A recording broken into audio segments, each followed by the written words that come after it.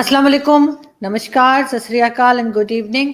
मैं हूं आरजू काज़मी और आप देख रहे हैं पॉइंट ऑफ व्यू। जैसे कि आप देख रहे हैं हमारे साथ फ्रेम में याना मीर है और याना को सब लोग जानते हैं, कश्मीरी एक्टिविस्ट हैं, बहुत बढ़ बढ़ के बात करती हैं और हमारे साथ अक्सर डिबेट में लड़ती भी हैं। लेकिन आज हम ज़रा आराम से बात करेंगे और हम गर्ल्स एजुकेशन के ऊपर बात करेंगे और याना से पूछना चाहेंगे कि वो क्या समझती हैं कि कितनी इम्पोर्टेंट है एजुकेशन किसी भी बच्ची के लिए, किसी लड़की के लिए, किसी गर्ल के लिए। क्योंकि हमारे यहाँ तो आपने जो है वो देख चुके हैं कि किस तरह का माहौल होता है, लड़कियों को इतनी इम्पोर्टेंस नहीं दी जाती और ना ही उनकी एजुकेशन को। हमने मलाला को भी देखा, हमने मलाला के साथ जो हुआ वो भी देखा। लेकिन याना इस सब बातों पे क्या समझती हैं और क्या सोचती हैं, हम याना से बात करते हैं। बहुत शुक्रिया याना कि आपने ज्वाइन किया, thank you so thank much. You thank you for तो हैविंग मी आरजू। तो आपने मेरी बात सुनी, आप क्या समझती हैं कि कितनी इम्पोर्टेंट है एजुकेशन स्पेशली लड़कियों के लिए? Arzoo, I will being a Muslim I will try to highlight कि मुस्लिम औरतों के लिए एजुकेशन कितना इम्पोर्टेंट है। Because growing up in a Muslim society, तो मैं उनकी तरफ से बोल सकती हूँ कि as per surveys, and these are very neutral surveys, ये सर्वेज ये कहती हैं कि 4 रीजंस हैं जिसकी वजह से मुस्लिम लेडीज, मुस्लिम औरतों का एजुकेशन उतना प्रोग्रेस नहीं हो पाता जितना कि होना चाहिए आज की तारीख में। एक रीजन तो है अर्ली मैरिजेस, दूसरा रीजन है सेक्लूजन, कि औरतों को सिर्फ औरतों के बीच में रखा जाता है। एक एज के आने के बाद फिर वो बाहर देख वो बाहर नहीं जा सकती, बिना एस्कॉर्ट के बाहर नहीं जा सकती, इस तरह की चीजें, तो उसमें हिंड्रेंसेस, उनको फिर पढ़ाई बीच में छोड़ देनी पड़ती है। इसके अलावा the compulsion of doing religious studies, वो रिलीजियस स्टडीज के कंपल्शन के चक्कर में क्या होता है कि फिर वो जो मॉडर्न एजुकेशन है वो हासिल नहीं कर पाती हैं, क्योंकि उन पे रिलीजियस एजुकेशन कंप्लीट करने का प्रेशर होता है। तो ये कुछ रीजंस हैं जिसकी वजह से मुस्लिम वुमेन मतलब पीछे रह गई एज कम्पेयर टू बॉयज। और जहां भी मतलब ऐसी फैमिलीज होती हैं जहां पे मोर देन वन चाइल्ड, जो हमारे माशाल्लाह मोस्ट मुस्लिम फैमिलीज में देयर आर मेनी चिल्ड्रन, तो उसमें क्या होता है कि फिर फैमिलीज की आमदनी कम होती है, फिर वो सोचते हैं कि पढ़ाना है तो पहले हम अपने बेटों को पढ़ाएंगे, अगर कुछ बच गया हमारे पास तो बेटियों को पढ़ाएंगे, बेटियां घर के काम में ज्यादा मसरूफ रहती तो उनको घर के काम सिखाते हैं, वैसे भी शादी करके जाना है इनको। तो इस तरह की कुछ चीजें हैं। ये अनडाउटेडली दूसरी इंडियन कम्युनिटीज में भी ये होता है, बट वो आगे बढ़ रही हैं। मुस्लिम वुमेन्स कम्युनिटी थोड़ी सी पीछे है, बिकॉज अभी तक उन्होंने ये सोशल इश्यूज को टैकल नहीं कर पाया। आपने मलाला का एग्जाम्पल दिया, वहां भी वही चीज थी, वो ऐसी सोसाइटी से निकली थी जहां पे औरतों को हमेशा दूसरा दर्जा दिया जाता, मतलब कि एक डिफाइंड रोल नहीं है औरतों का except for home makers in the Muslim society. और ये एक बहुत ही हिपोक्रिटिकल चीज है which we are living, it's a hypocrisy which we are living as Muslim, because Islam में तो औरतों को पढ़ाना लिखाना, उन्हें इंडिपेंडेंट बनाना, अपने पैरों पे खड़ा करना, दिस वॉज मतलब suppose to be compulsory. It is कहीं पे भी ऐसे नहीं लिखा है कि औरतें तुम्हारे बेटों से पीछे है। कहते हैं कि डॉटर इज नॉट अटेंशन, वो एक इंग्लिश सेइंग भी है, daughter is not attention, she is equal to 10 sons. तो ये चीजें हैं कि जो इस्लाम का आड़ लेके अपनी बेटियों को पीछे रिग्रेस कर रहे हैं।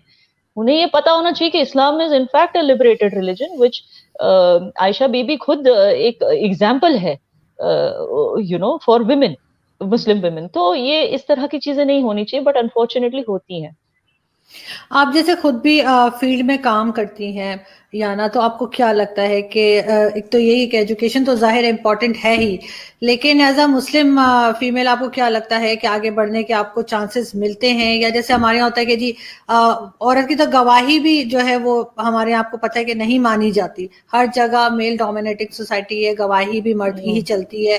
फिर कौन से ऐसे टॉपिक्स हैं, सब्जेक्ट में ये बात नहीं कर रही कि डॉक्टर, इंजीनियर या पायलट बनने की, बहुत से ऐसे टॉपिक्स होते हैं जिसमें कहा जाता है कि नहीं नहीं आप तो लड़की हैं या आप तो फीमेल हैं, आप चुप रहे हैं, आप पीछे रहे। तो आपको लगता है कि उन सब चीजों के ऊपर भी बात करनी चाहिए, फीमेल्स को आगे बढ़ना चाहिए और उसमें ऑफ कोर्स एजुकेशन जो है वो सबसे इम्पोर्टेंट फैक्टर है? Of course, see there are education सिर्फ यही नहीं होता, साइंस मैथ्स, ओके, एजुकेशन में बहुत सारी और भी चीजें आती हैं। आजकल के एजुकेशन में आता है मार्शल आर्ट्स फॉर एग्जाम्पल।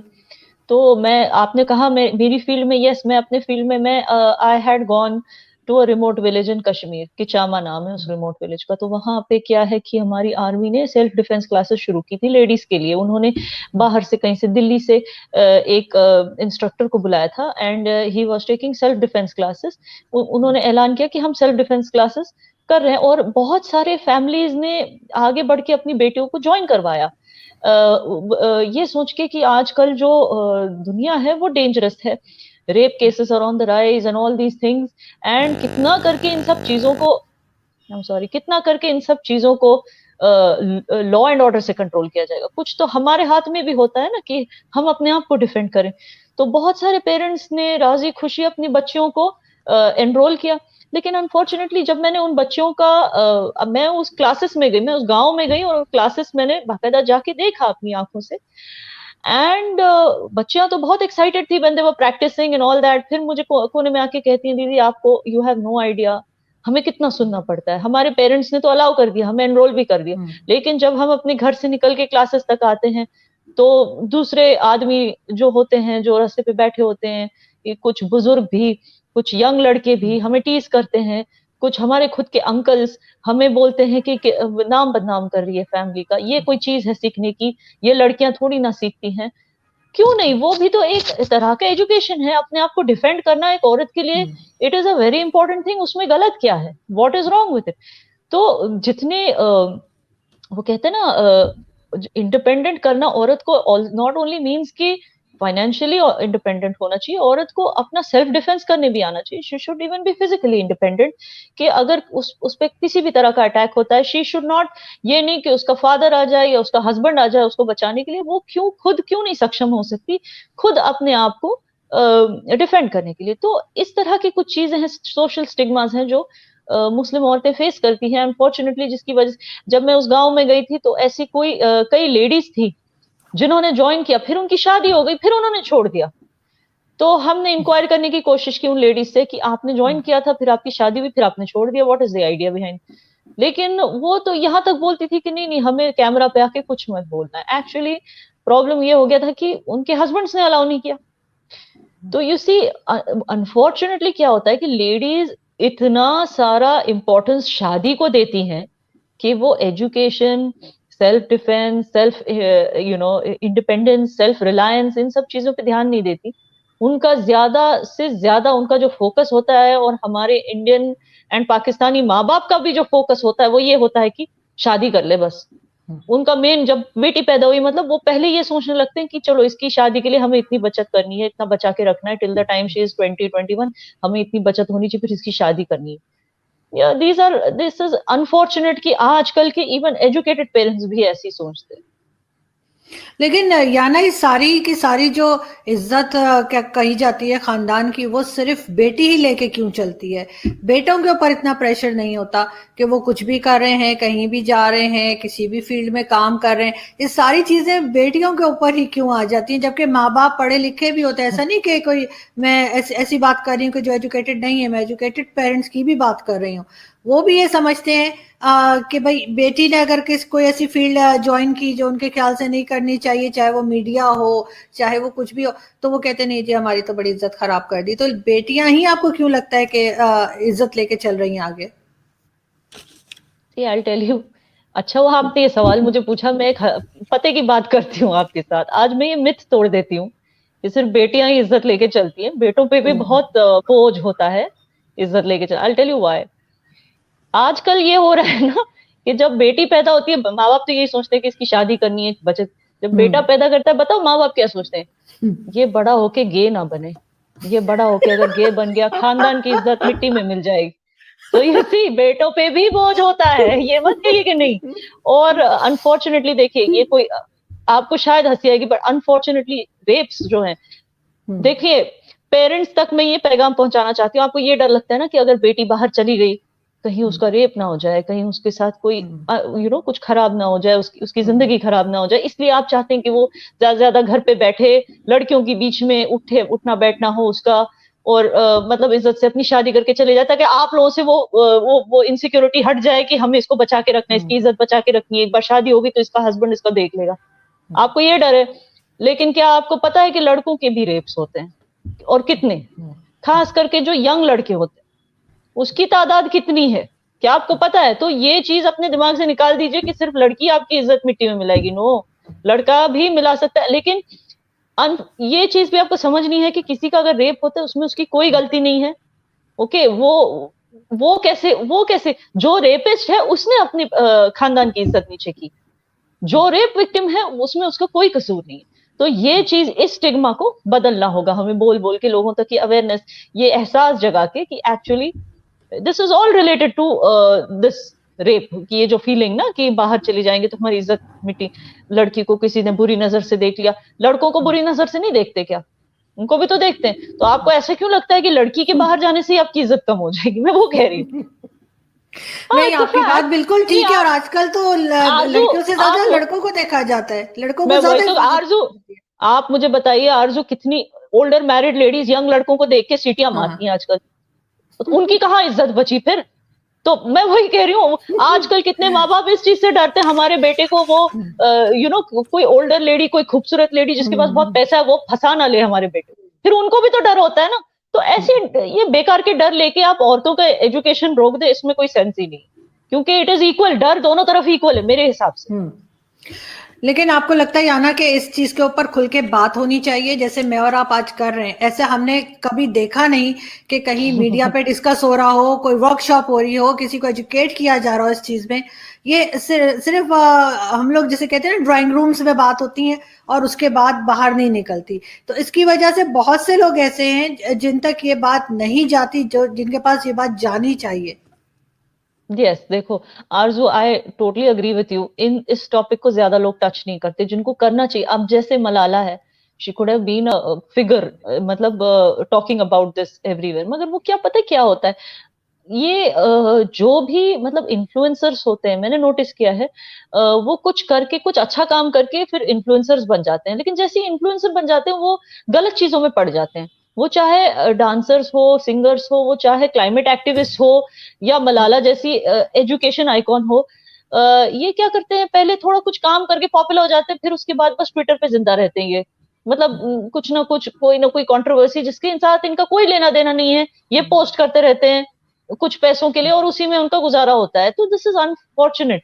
अगर मलाला ने ये चीज उठाई है, ये मुद्दा उठाया, she should take it all the way. अब वो बस एक ट्विटर मीडिया एक्टिविस्ट रह के बैठ गई है, वो करती क्या है? She is suppose to be going and spreading the word about Muslim women's education, how it is, how our stigmas are hindering our educational process.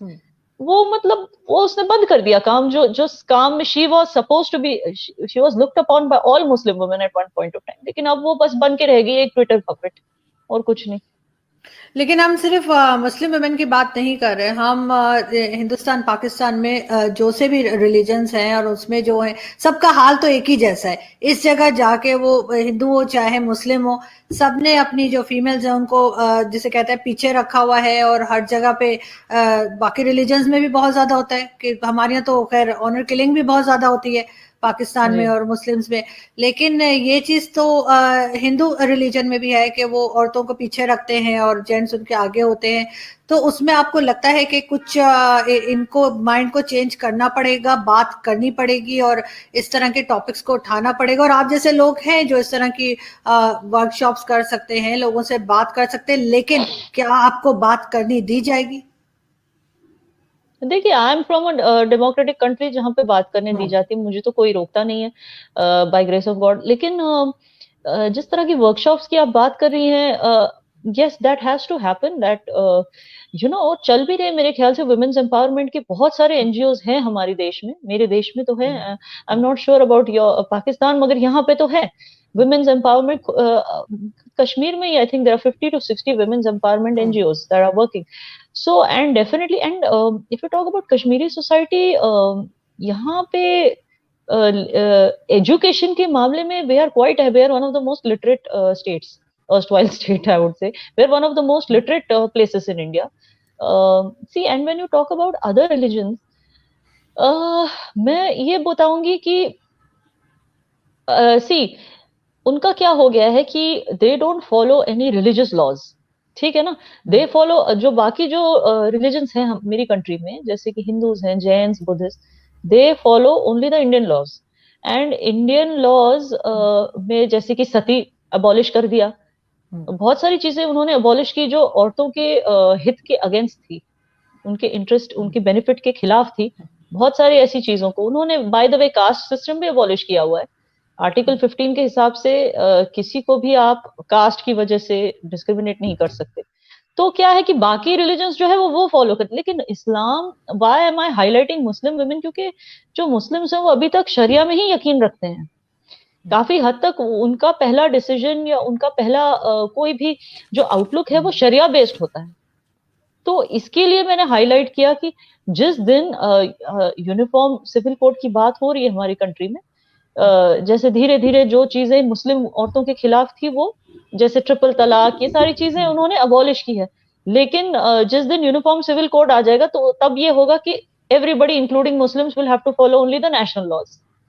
तो I think that will make a big difference, क्योंकि एक at least चीज। कम से कम जैसे कि बहुत जल्दी शादी कर लेना लड़कियों की, see that's not allowed in our law, Indian law, मगर ये लोग अपने शरिया के हिसाब से, कई सारी कम्युनिटीज हैं, I am not talking Kashmiris, Kashmir में ऐसा नहीं होता है, generally women marry late, but I am talking about small small community, many parts of India there are, जहाँ पे मुस्लिम मेजोरिटीज हैं, छोटे छोटे गांव हैं, छोटी एरियाज हैं जहाँ पे there are Muslim majority, and they वो आपस में 16 साल 17 साल की उम्र में लड़कियों की शादी कराते हैं, उनको सिर्फ कुरान खानी पढ़ाते, उनको स्कूल नहीं भेजते। ये सब होता है because they are only following शरिया।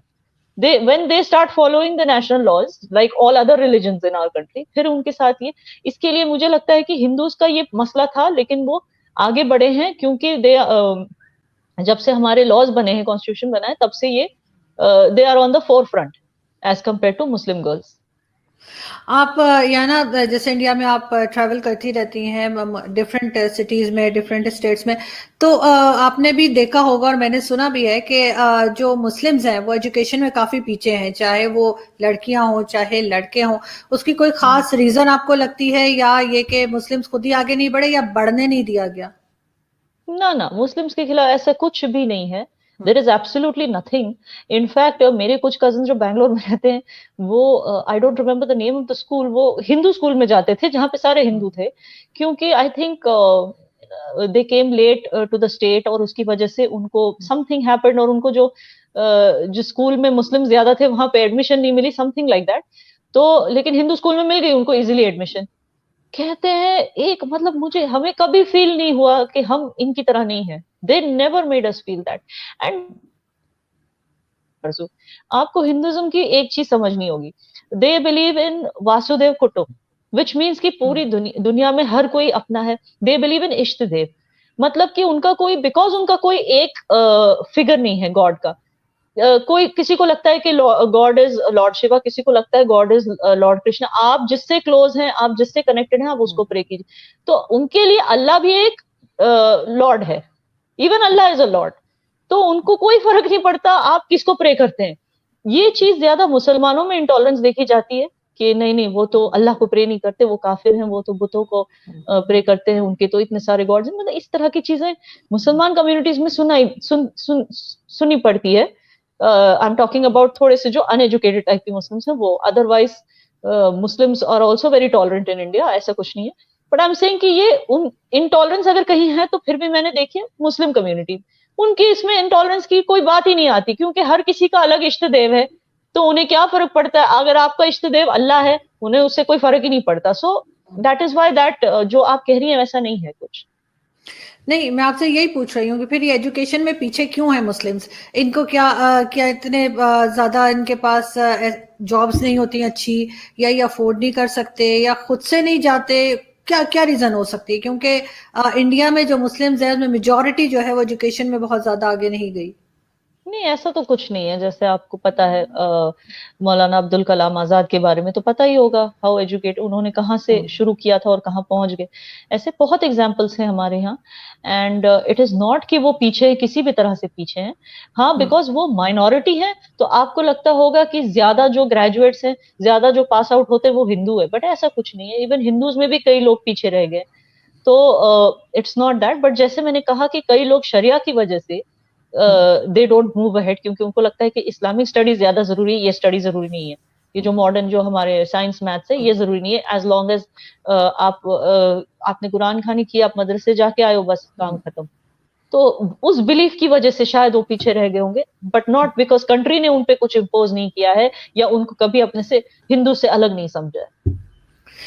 बिल्कुल ठीक, लेकिन याना यहाँ पे अगर हम एजुकेशन की बात करें तो मैं स्ट्रीट चिल्ड्रन की बात जरूर करूंगी, क्योंकि मैं खुद भी थोड़ा बहुत इसके ऊपर पाकिस्तान में कोशिश करती हूँ कुछ काम करने की।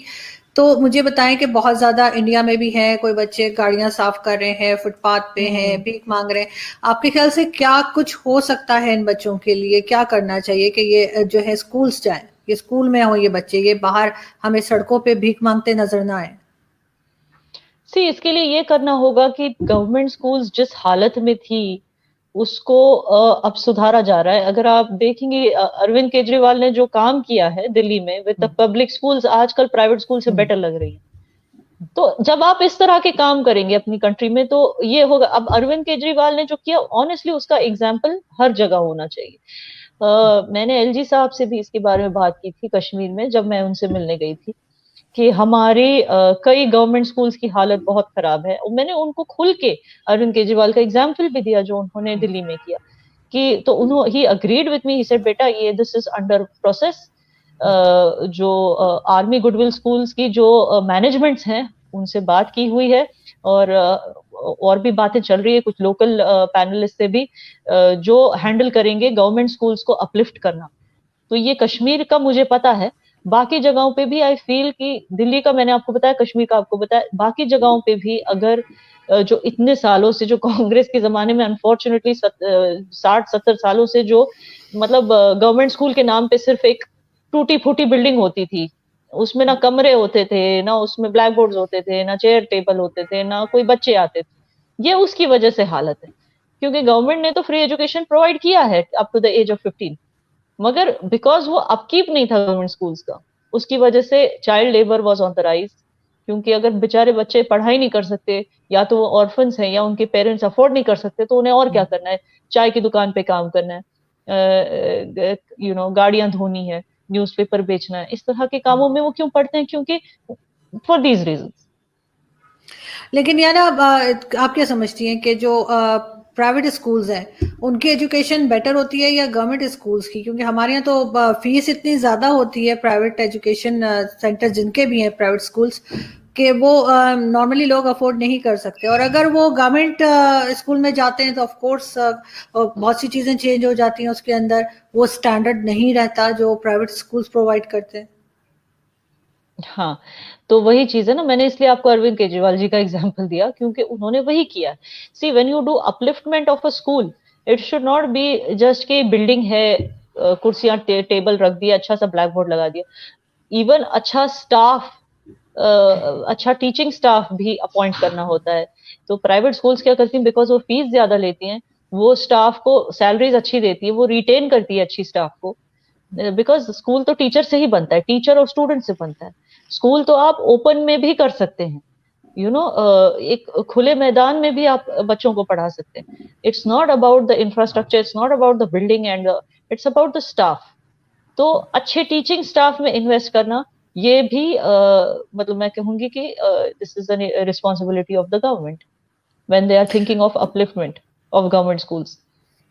एग्जैक्टली या ना, जैसे आप लास्ट में मैं पूछना चाहूंगी, आप जैसे फील्ड पे भी काम करती हैं, आपको मैं देखती हूँ, आपके ट्विटर पे भी मैं एक्टिविटीज देखती हूँ, तो हाउ यू फील के एज अ फीमेल आप जब बाहर निकलती हैं काम करने के लिए, आप कितना सिक्योर फील करती हैं? आपको कहाँ पे जाके ऐसा लगता है कि यहाँ पे मुझे प्रॉब्लम आ रही है, यहाँ पे मुझे रोका जा रहा है, या मैं आगे नहीं बढ़ पा रही, इस तरह की कोई फीलिंग्स आती हैं? सच बताइएगा प्लीज। क्योंकि ना ना, बिकॉज एज अ फीमेल हर एक को ऐसा होता है, कहीं ना कहीं जाकर आपको रोका जाता है कि इससे आगे आपको मुश्किल होती है जाने में। मुझे खुद होता है, मैं एज अ फीमेल मैं काम करती हूँ और एक जगह जाके वो मैन डोमिनेटिंग सोसाइटी वाला एक इम्प्रेशन आ जाता है, और ये होता है कि नहीं जी, यहाँ पे तो फीमेल्स नहीं है और यहाँ तो आप आगे नहीं बढ़ सकते। ना, अल्लाह के फजल से मैंने ऐसा कभी नहीं देखा अपनी लाइफ में इन इंडिया। मैंने कभी नहीं देखा। वो मैंने सऊदी अरेबिया में एक बार देखा था व्हेन आई वेंट देयर, कि बोला जाता था कि 12 साल के बाद बच्चों को वहाँ बुर्का पहनना चाहिए, यहाँ पे आप जा नहीं सकते until you have your brother or your father with you। आप यहाँ हमने टैक्सी बुलाई थी, I remember, me, my cousin brother, his mother and my mom. हम कहीं गए थे शॉपिंग के लिए, मैं 12-13 साल की थी, मुझे बुर्का पहनना पड़ा, अबाया पहनना पड़ा पहली बार, तो I was not liking it. और फिर जब टैक्सी आई तो मेरी चाची जो है वो बड़े उससे बोल रही थी जोर से, मतलब वट से ना, कि इमरान आगे बैठेगा, हम लोग पीछे बैठे, मतलब we are women, no, we have to sit, Imran आगे बैठेगा, मतलब मेरा कजिन आगे बैठेगा। तो ऐसी चीजें मैंने सऊदी अरेबिया में देखी है कि ये यहाँ नहीं कर, you are a lady, but I have not seen it in India, never. And that is why I am so, मैंने ये सब देखा है ना दुनिया में, इसलिए I am so grateful to be in a country like India, which is so secular and democratic. बिकॉज बहुत टाइम ऐसा होता है ना कि हम इस तरह की न्यूज भी देखते हैं, स्पेशली अबाउट दिल्ली, कि वहां पे इतना फ्रीली शाम में जो है फीमेल्स नहीं बाहर निकल सकती हैं, किसी के साथ ही निकलना होता है, अकेले नहीं निकल सकती हैं, इस तरह की बातें। इसलिए मैं आपसे पूछी थी कि आप हर जगह क्योंकि ट्रैवल करती हैं, तो यू फील कंफर्टेबल कि आप चाहे सुबह में जा रही हैं चाहे रात को ट्रैवल कर रही हैं, यू थिंक ये इतना सेफ है as a female? No, see, this is a different issue that you're talking about. Yes, some cities have got a very bad reputation. जैसे दिल्ली को रेप कैपिटल बोला जाता था, आई विल नॉट डिनाई दैट। तो इनकी रेपुटेशन बहुत खराब हो गई थी। एंड यस, दिल्ली में आज भी मुझे डर लगता है। मैं कभी भी दिल्ली में, if I have to travel alone for any kind of work, I never take the night flight. And if I take, अगर मैं शाम में भी पहुंचूं तो किसी ना किसी को मैं बोलती हूँ कि मुझे पिकअप किया जाए, मैं अकेली नहीं जाऊंगी कहीं भी। एंड यस, दिल्ली में I have faced this, you are right, but that's a, वो एक फोबिया है, वो एक वहां पे ट्रेंड बन गया है। इवन अगर मैं कभी भी, मैं अपने डैड को, अपने भाइयों को मैं कैब का फोटो लेके दूंगी, इवन अगर मैं दिन में कहीं जाऊंगी, I take the photo of the cab, I take the photo of the driver. तो यस, ये फोबिया मुझे है, I will not deny it. मगर मैं आपको सच बताऊं तो ये फोबिया अगर मैं पाकिस्तान आऊंगी मुझे वहां भी होगा। तो इट्स नॉट ओनली दिल्ली, क्योंकि पाकिस्तान में भी मैंने सुना है कि हाईवे पे रेप होते हैं यहाँ वहां। तो I will be very frank कि yes, there are some places in the world which are like that. Canada में सबसे हाईएस्ट रेप केसेस हैं अपेरेंटली, कनाडा एंड स्वीडन में 1 in every 5 women is raped, ऐसा मैंने कहीं पढ़ा था। तो ऑफ कोर्स मैं स्वीडन में भी घूमूंगी तो मुझे डर लगेगा, मैं कनाडा में घूमूंगी मुझे डर लगेगा, लेकिन सेम वे अब इंडिया में अगर आप बॉम्बे की बात करें, देयर इज नो डर, you know. So it depends on which zone you are in, actually I feel. Pakistan में हाईवेज की आपने बात की, हाँ कुछ केसेस हुए हैं और रिपोर्ट भी हुए हैं, लेकिन वही जैसे आप कह रही हैं इस तरह के केसेस भी थोड़े बहुत हर जगह होते हैं। मैंने दिल्ली का इसलिए यहाँ पे बात की कि उसका हमने बहुत ज्यादा सुना है, इसलिए मैंने आपसे पूछा कि दिल्ली का स्पेशली, क्योंकि उसके अक्सर न्यूज आती रहती है और कुछ ना कुछ होता रहता है। और आप तो वैसे भी इतनी एक्टिव हैं, आप तो हर जगह पे मैं आपको देखती हूँ कि आपकी पिक्चर्स और वीडियोस आती रहती हैं। तो दैट्स व्हाई आई आस्क के आपको कैसा लगता है, किसी के साथ होती हैं या आप अकेले ही निकल के जो है सब जगह जो भी एक्टिविटीज होती हैं as a you know Kashmiri activist, तो आप अकेली निकलती हैं या आपने कुछ किसी को रखा है साथ के मेरे साथ चलो और फिर? नहीं, मेरी टीम तो साथ ही होती है ना, एक कैमरा पकड़ा होता है, एक मेरी साथ होती है, मेरी फ्रेंड, मतलब कोई ना कोई साथ तो होते ही है। But it's not because I feel unsafe, it's because उनकी जरूरत होती है, कहीं पे कुछ शूट वूट करना है तो उनकी जरूरत होती है, बस उसी के लिए। नहीं ठीक, बिल्कुल। थैंक यू सो मच याना कि आपने ज्वाइन किया है। आई होप जैसे आपने कहा तो आप कभी आइए पाकिस्तान, देखिए आपको बिल्कुल डर नहीं लगेगा, इतना सब कुछ नहीं है पाकिस्तान में। और हम लोग हैं, आपके सब दोस्त यहाँ पे मौजूद हैं जो आपके साथ पैनल में होते हैं अक्सर शोज में। तो बिल्कुल अब तो सबके साथ बात करते करते ऐसा लगता है जैसे हम लोग को बहुत सालों से जानते हैं एक दूसरे को। अब एकदम ऐसा लगता है अब लड़ा भी नहीं जाता ठीक से कि अब तो जी, दोस्ती हो गई है सबसे। बिल्कुल। बिल्कुल। आपको तो तो इंडिया में बहुत लोग पसंद करते हैं, आपकी बड़े फैंस हैं। थैंक यू सो मच, और आपको भी बहुत पसंद करते हैं। आई विश के कभी आप आए और हम साथ में जो है हम इंशाल्लाह। आपको इस्लामाबाद दिखाएं। इस्लामाबाद बहुत खूबसूरत सिटी है, आपको बहुत अच्छी लगेगी और साफ सुथरी। कराची मत जाइएगा, बहुत गंदी है बहुत कराची, जो बॉम्बे की तरह, इधर कचरा उधर कचरा। इस्लामाबाद आपको बहुत साफ सुथरा मिलेगा, बहुत अच्छा लगेगा। तो आई होप मोस्ट वेलकम, जब भी आप आना चाहें, आपका अपना घर थैंक है, यू डियर। बिल्कुल आइएगा। थैंक यू इंशाल्लाह, सो मच, इंशाल्लाह, जरूर। अपना बहुत थैंक यू ख्याल सो मच रखिएगा। यार। Thank you so thank much. You, thank you. आप भी ख्याल रखना। अल्लाह हाफिज। Thank you.